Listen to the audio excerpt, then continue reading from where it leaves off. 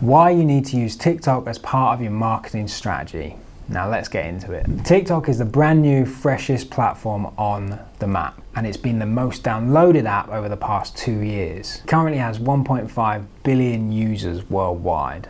Whoa. 90% of TikTok users use the app every day, and they spend an average of 52 minutes a day on the app. So it's definitely something that we should start to consider. It also has the highest engagement rate of any other social media platform. It seems crazy and it's hard to actually comprehend, but from a business perspective, it's something that we really need to start thinking about. TikTok users are growing every single day, and it's not about to stop anytime soon. While it is used by Gen Z, it is becoming more and more popular by the older age groups. Similar to Instagram and Facebook, it started with a younger generation and then has evolved into the higher population of people in their mid-30s, 40s, 50s, and growing. And it's now a platform that uses multiple different age groups. Okay, Facebook and Instagram has multiple different age groups, and TikTok is going to go in exactly the same way. So the urgency now to jump on while it's fresh and while it's new is at its peak. The ability to grow on TikTok is beyond great.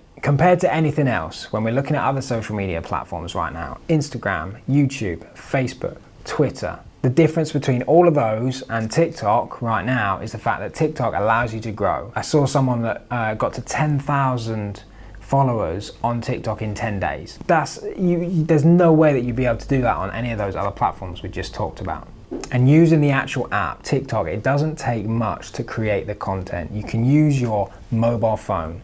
It's effortless. It also allows you different design tools within the app, so you can jump on trending sounds and comment and use the videos that other people are using, so it's going to help your own brand. So if you're considering using TikTok, here's 3 things that you're going to need to know before you get started. It's really important you stick to your niche.